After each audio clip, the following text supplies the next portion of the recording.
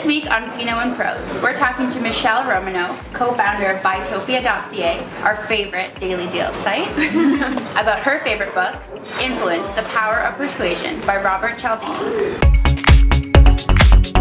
What is it about this book that made you want to recommend it for our Pinot Prose audience? Cialdini's book is a classic, right? I mean, this book was written over 10 years ago, and it's really about the 6 principles that, if you break it down, really influence the way we make decisions on, why we buy things and why we do certain things. And you don't think about this, and especially on the internet, right? Because the biggest thing with the internet is that, if you're in a local store and you're buying like a cupcake, for example, you're actually there for like 3 or 4 minutes, you're observing things, you have a lot more time to actually have influence with the customer.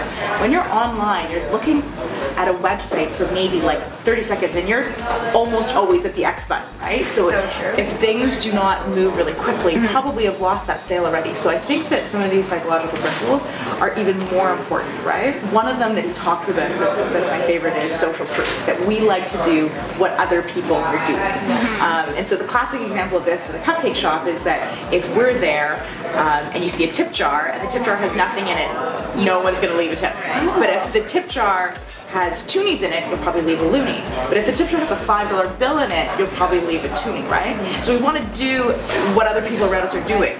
And the way this is used on Buytopia is that you always see how many units we've sold, right? So when you see something that's sold like 500 units, like 500 people couldn't have been wrong with this product, and you can actually see the sales incrementally go up as the numbers increase, right? The other principle we use a lot is scarcity, right? So people always want an item that there isn't very many in, right? And so it's actually the nature of our business that we'll go find a great deal on like 500 bikinis, but we won't have more than 500 bikinis. So when that clock is ticking down and when we run out of units, that's it.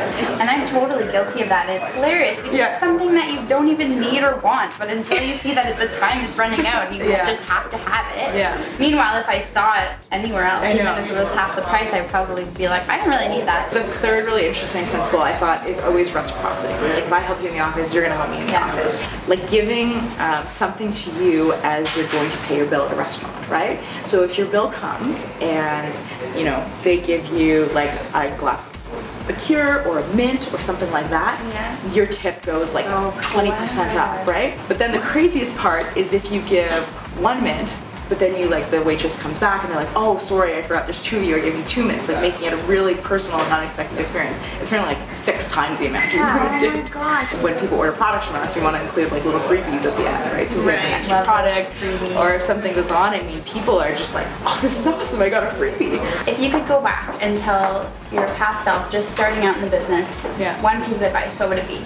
I think the biggest thing is I tell myself not to be scared. You're gonna give it all you have, you're gonna iterate very, very quickly. So I don't think you'll ever get it right on your first time. It's important that you kind of figure out, are you listening to your customer? Are your customers using your product for something else you don't do? Are you releasing a product soon enough? I know tons of entrepreneurs that are, working for a year to launch something.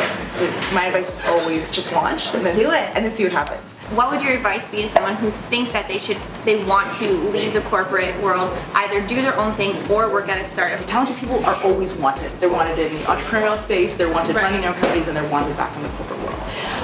And so I think there's a lot of fear in people, and there's this notion that if I leave, I can never come back. Whereas I've actually seen the reverse. After you leave, it's a lot better chances you're going to get into a great business school. After you leave and try something new, there's a lot better chances you'll get a really interesting realm of experience and be able to reinsert yourself at any point. And so I think the first thing is actually, the same point, is getting over the fear that you won't have an option to go back. So you've already heard from us how we're addicted to Buytopia.ca. So if you want to see why, click on www.buytopia.ca. So if you need a great deal on a restaurant, a manicure pedicure package, a haircut, or just something great to do in the city, you should check out Buytopia.ca. Subscribe.